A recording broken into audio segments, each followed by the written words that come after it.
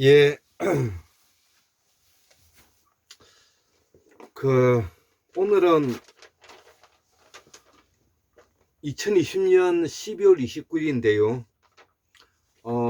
10시 반이 되었습니다. 오늘은, 저는 손님이 많아서 좀 바빴습니다. 바빴고,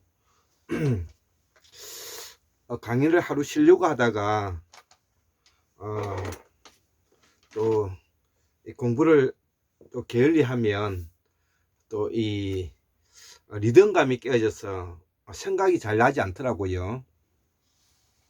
자, 그래서 제가 급히 이 글도 쓰고 해서 한번 강의를 해보도록 하겠습니다. 오늘은 되게 좀 중요한 내용이라고 볼 수가 있겠죠. 제가 연구하고 공부해왔던 골장의학과 골장체질 도표에 대해서 골장 치유는 그러면 왜 필요한가? 도대체 골장 치유는 어떻게 해서 그러면 치유하는가? 여기에 대해서 제가 좀 설명을 해드려야 되겠죠. 또 그리고 이 골장 치유는 자연의학의 한 분야로서 도대체 한국에서 어떤 위치를 위치에 서 있는가? 또 이것이 현대의학과 그 다음에 동양의학과는 어떻게 이제 대별되며 그 다음에 우리가 지금 하고 있는 피부 미용이라든지 지압 안마와는 또 어떻게 다르고 또 우리가 민간요법과는 어떻게 다른지 이런 것들을 한번 설명해 보도록 하겠습니다. 자, 그래서 이 골장 치유는 왜 필요한가? 일단은 근본적으로 골장 치유는 우리의 몸을 관리하기 때문에 또 치유하기 때문에 몸을 둘러싸고 있는 구조와 기능에 대해서 이제 알아야 되겠죠. 그러면 구조와 기능에 대해서는 해부학과 이제 생리학이라고 이제 말씀을 드렸죠. 자, 그러면 몸의 해부학을 이루고 있는 것은 구조와 기능을 이루고 있는 것은 골장의에서는 뼈와 장기라고 말씀드렸지 않습니까? 자, 그러면은 뼈는 피부 깊숙이 들어가 있으니까 보이지가 않는 것이죠. 그렇지만은 우리가 근육이라든지 피부는 지금 이제 우리 눈으로도 볼 수가 있는 것이죠. 그러면 우리가 눈으로 볼 수 있는 근육에 대해서 간단하게 이제 설명을 할 필요성이 있는 것이죠. 그래서 우리의 몸에 이 체중의 약 40% 정도가 40% 정도가 이제 이 근육이 이제 차지하고 있는데요. 이 근육은 또 약 430여 개의 뭐냐면은 이 근육 W로 둘러싸여 있다는 것이죠. 그래서 이 골격근의 기본 구조는 바로 이 근섬유와 그 다음에 근섬유를 둘러싸고 있는 근초라는 것이 있는데요. 이 근초가 이제 근섬유의 이제 세포막의 이제 우리가 구조상 이제 축삭돌기라든지 그 다음에 이게 몸의 교감과 부교감을 작동해서 흥분과 전도성의 특질을 가지고 있는 우리가 감각 기능을 가지고 있다 이렇게 이제 이해하시면 되겠고요. 그리고 이제 근원세포인 아까 근섬유는 이 네 가지의 뭐냐면 중요한 단백질을 함축하고 있는데 그게 이제 액틴하고 이제 마이오신과 그 다음에 트로포닌과 이제 트로포마이오신이라는 것이 이렇게 네 가지가 이제 중요 단백질로 이제 이루어져 있는 것이죠. 그러면은 이 네 가지의 단백질이 어떠한 형태를 이루고 있는가를 우리가 간단하게 이제 알 필요가 있는 것입니다. 그래서 우리가 이제 기본적으로 이 단백질은 일단 액틴과 마이오신이 이제 결합 구조로서 근골격을 이루고 있는데 이것이 단백질의 약 55%를 이제 차지한다는 것이죠. 자, 그래서 우리가 지금 이제 먹는 것도 나무의 살인, 소의 살, 돼지의 살, 뭐 다른 각종 뭐냐면은 짐승과 그다음 식물의 식이섬유를 우리가 섭취하는 것이죠. 그러니까 단백질을 섭취하는 것이라고 볼 수가 있는 것이죠.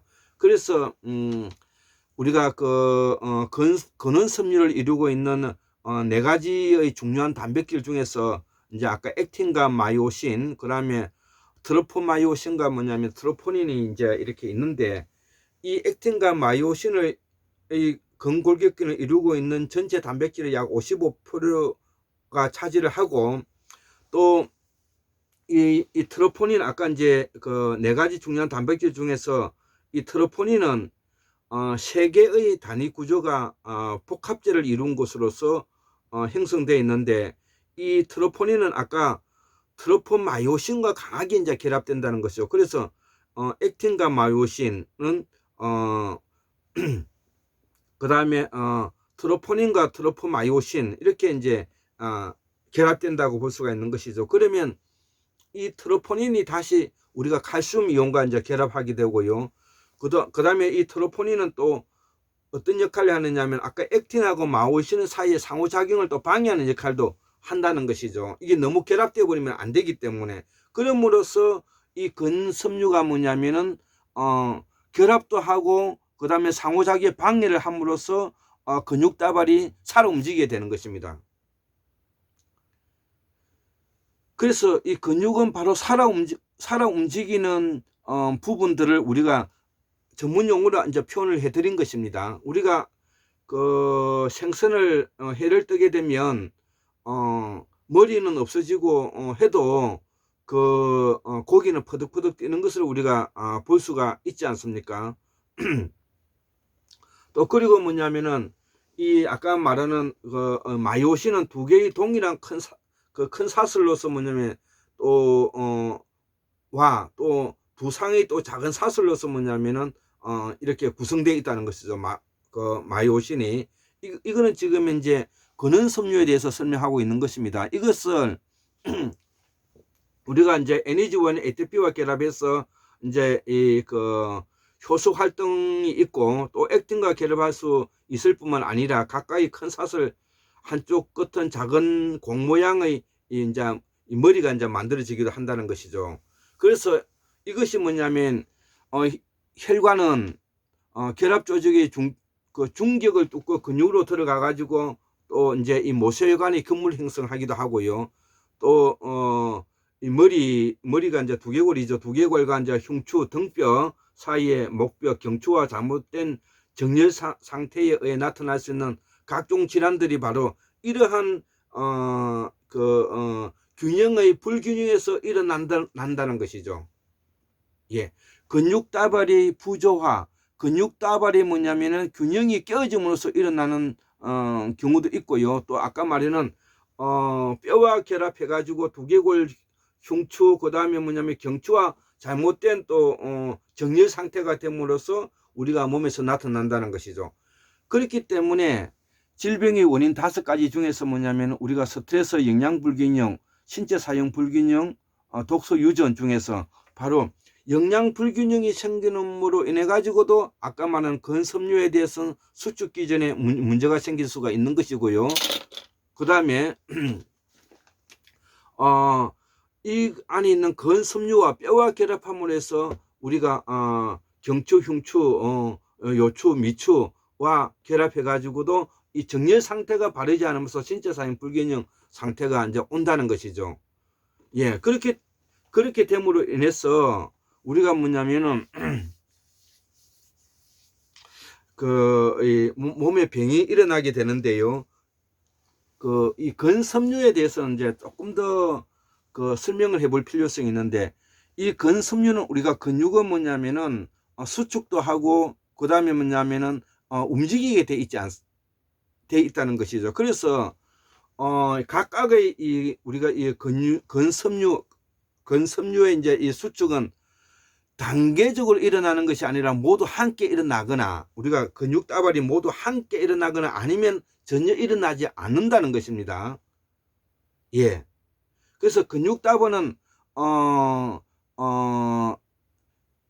그 수축 기전에 대해서 근육 다발이 전체적으로 동시에 일어나든지 아니면 일어나지 않는다는 것이죠. 그래서 우리가 근육의 그 수축의 그 강도를 다르게 함으로써 근다발이 있는 섬유가 모두 뭐냐면 동시에 먼저 수축해서는 안 된다는 것이죠.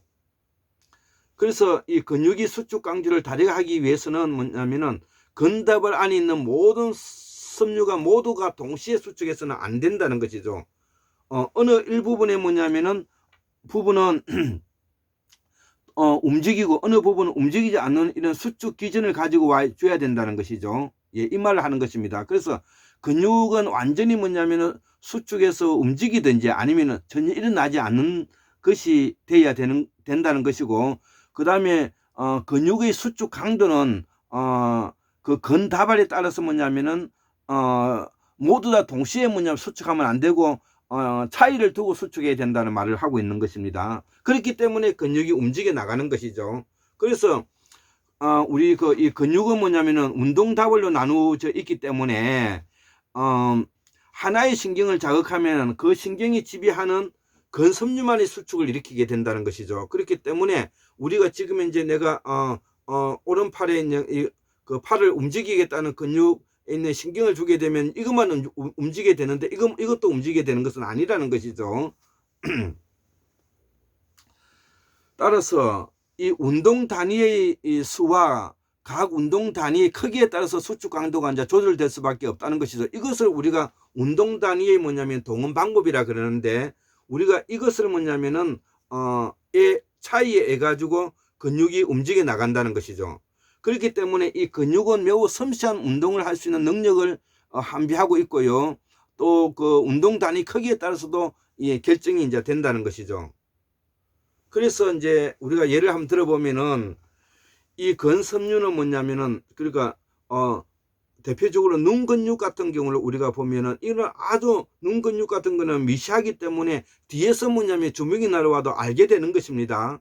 그래서 눈 근육은 아주 미시한 조절이 요구되므로 근섬유의 마디마디마다 뭐냐면 각각의 서로 다른 신경세포가 뭐냐면 분포되어 있다는 것이죠.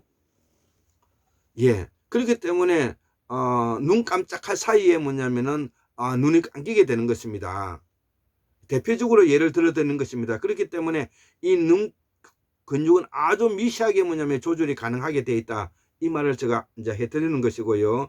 그 다음에 그 섬세하지 않은 운동을 하는 이제 우리가 사지라 그러죠. 하드라 그러는데요. 손발 다리 이거를 사지라 그러지 않습니까? 그래서 배꼽 밑을 하지라 그러고 울루를 상대라 그러는데요. 이 섬세하지 않은 운동을 하지 않는 사지의 근육과 같은 큰 근육에서는 가지들이 많이 이제 치고 있다는 것이죠. 그렇기 때문에 엉치가 아프고 허리가 아프게 되면 다리가 저리게 되는 것입니다. 우리가 어깨가 뭐냐면 아프게 되고 어깨에 있는 근육 따비 사지가 뭐냐면은 근육이 수축이 되면은 저 밑에 있는 사지에 있는 다발이 뭐냐면은 생겨서 50견이 생기는 것입니다. 예, 여기에 지금 잘 쓰여 있지 않습니까? 섬세하지 않는 운동을 하는 사지의 근육과 같은 큰 근육에서는 가지를 많이 친 신경 섬유 하나가 100개 이상의 근섬유로 구성된 운동 단위를 지배하고 있다는 것이죠. 예, 그것이 뭐냐면은 팔과 다리라고 보시면 되는 것입니다. 그렇기 때문에 이 엉치가 아프게 되면은 하대 전체가 뭐냐면 마비 현상을 갖게 되고 오게 되는 것이고, 어깨 쪽에 이제 견갑골 쪽에 뭐냐면은 아까 근섬유가 수축이 그 근섬유가 문제가 생기게 되면은 사지에 있는 팔 손발까지 저리게 되는 것입니다. 그렇기 때문에 우리가 병원에서 요추에서 신경다발이 문제 생겨서 다리가 저린다는 것은 저는 동의하기 어렵다는 것입니다. 예, 여기서도 그 골장의학과 현대의학에서 말하고 있는 치유 방법과 진단이 다르다는 것을 제가 설명해 드리는 것입니다. 그리고 병원에서는 허리에 있는 신경을 눌러주기 때문에 전 사지가 뭐냐면 다리가 절린다는 그런 그 개념을 두고 있기 때문에 거기에 구멍을 뚫어 가지고 고름을 이제 빼내는 거를 우리가 시술이라 하고요. 그거를 그 철골을 공구 가지고 그거를 뭐냐면은 공간을 확보하는 것을 그걸 디스크 수술이라고 말을 하죠. 예. 그러나 이 골장 치유는 뭐냐면 아까 그냥 근섬유 다발 전체를 뭐냐면은 포괄적이고 전체적으로 집약적으로 하기 때문에 근섬유 다발 속에 있는 모든 신경을 근본적으로 뭐냐면 풀어내는 기술이다. 이렇게 이제 이해하시면 되는 것입니다. 예, 그래서 오늘 그 골장 치유는 왜 필요한가에 대한 이론적인 측면을 제가 설명드리고 있는데요. 자, 그러다 보니까 이제 어떠한 병이 이제 생기는가를 한번 예를 들어 보자는 것이죠. 우리가 몸에서 일어나는 대표적인 뭐냐면은 근섬유의 근육 따블이 수축 기전이 문제가 생김으로 인해 가지고 생기는 병들을 우리가 얼마나 많이 열거해 놨는 걸 한번 보자는 것이죠. 예. 대표적인 정세들이 목 디스크, 일자목, 경추 무전 반증, 경추 무전 만증, 경추 후만증, 거북목, 경추 측만증, 목 부분의 통증, 어깨 통증이나 결림, 팔 통증이나 저림 현상, 손가락이 저리거나 감각이 무딘 증상, 손이나 팔 부분에 힘이 빠지는 증상, 안구통, 임명증, 자주 재발되는 비염, 신경과민, 만성피로, 불면증, 만성기침, 머리 혈액순환 이상, 뇌하수체 선장애, 두피 신경 이상, 탈모, 뇌졸중, 뇌출혈, 임명증, 뇌이와 중이, 교감신경계 이상, 두통, 신경과민, 불면증, 코감기, 고혈압, 편두통, 신경쇠약, 건망증, 현기증, 만성피로, 시신경장애, 청신경장애, 정맥, 혀, 미각 이상, 입마, 축농증, 알레르기, 눈 주위의 통증, 기아리, 시력장애, 사시, 김먹음, 뺨 경련, 얼굴 감각 이상, 기, 얼굴뼈, 치아 신경통, 신경염, 여드름, 섭진, 코, 입술, 입, 구시관, 근초염, 콧물, 청력감퇴, 인휴, 편도선 정식, 비대증, 성대, 인두, 후두염, 목심, 목통증, 인두통증, 후두통증, 목근류, 어깨, 편도성 뻣뻣한목, 팔 위 부분의 통증, 편도선염, 위막섬, 후두염, 만성기침, 갑상선 이상, 어깨의 활액낭, 팔꿈치 통증, 잦은 감기. 제가 이거 막 한참 읽었습니다. 한참 읽었습니다. 그러니까 병원에 가면 이 맞는 병들을 하나만 찍어 가지고 이상이 딱 있습니다 해 가지고 뭐냐면은 그 진단하는 거 아니겠습니까? 이런 어리석은 우리 한국인의 뭐냐면은 후손이 됐어야 되겠습니까? 예. 예.